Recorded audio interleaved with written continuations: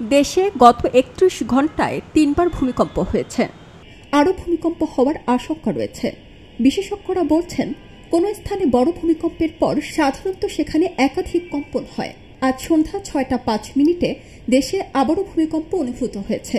Richter স্কেলে এই ভূমিকম্পের মাত্রা ছিল ৩.৭।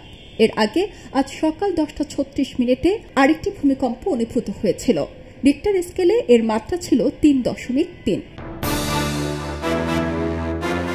গতকাল শুক্রবার সকালে ভূমিকম্পের তীব্র ঝাঁকুনিতে রাজধানী ঢাকা সহ সারা দেশ কেঁপে উঠেছিল। এ ঘটনায় শিশুসহ ১০ জন নিহত ও ৬ শতাধিক ব্যক্তি আহত হয়েছে। আবহাওয়া অফিস জানিয়েছে, রিক্টার স্কেলে ভূমিকম্পের মাত্রা ছিল ৫.৭। এই মাত্রার ভূমিকম্প আর কয়েক সেকেন্ড স্থায়ী হলে ভয়াবহ দৃশ্য দেখতে হতো দেশবাসীকে। আজকের ভূমিকম্প দুটি মৃদু হলেও শুক্রবারের ভূমিকম্প ছিল ভয়াবহ। চিন্তার বিষয় হল, ভূমিকম্পের সর্বাধিক ঝুঁকিতে রয়েছে ঢাকা। প্রথম দুটি ভূমিকম্পের উৎপত্তি স্থল ছিল নরসিংদী, তবে কিছুক্ষণ আগে হওয়া ভূমিকম্পটির উৎপত্তি স্থল রাজধানী ঢাকার বাড্ডা।